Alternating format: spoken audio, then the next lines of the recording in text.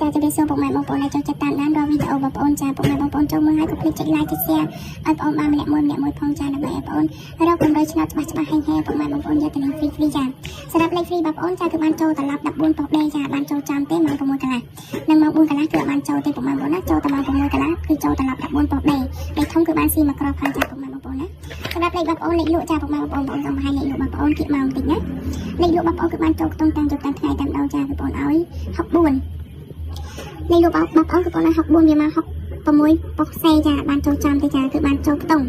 អញ្ចឹងម៉ោង6កន្លះវិញម៉ោង6កន្លះគឺហេងមែនតើចាពុកម៉ែបងប្អូនណាគឺបងឲ្យមកក្របដីស្ដែងចេះអញ្ចឹងអ្នកខ្លះគេអាចលេងរើមកពុកម៉ែបងប្អូនគឺបានចូល24បងឲ្យ25វាមក24ប៉ុស្តិ៍ចាគឺបានចូលរើ24ប៉ុស្តិ៍ចាអញ្ចឹងសម្រាប់ពុកម៉ែបងប្អូនណាដែលចង់បានលេខច្បាស់មកក្របអាចឆាតមកតម្រូវឆ្នាំបងបានគឺបងមានលក់លេខចំមកច្បាស់មកក្របចាគឺសម្រាប់បង50ដុល្លារគឺបងឲ្យមកក្របដីស្ដែងពុកម៉ែបងប្អូនណា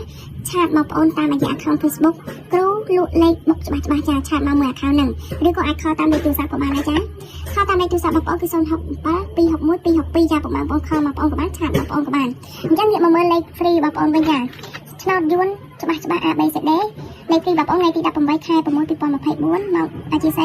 2025ម៉ោង4កន្លះនិងម៉ោង6កន្លះបងប្អូនអុកខ្ទង់5អុកខ្ទង់8លេខបុកបងប្អូនឲ្យបុក57 55 85 89លេខធំបងប្អូនឲ្យ775គុណ157គុណ6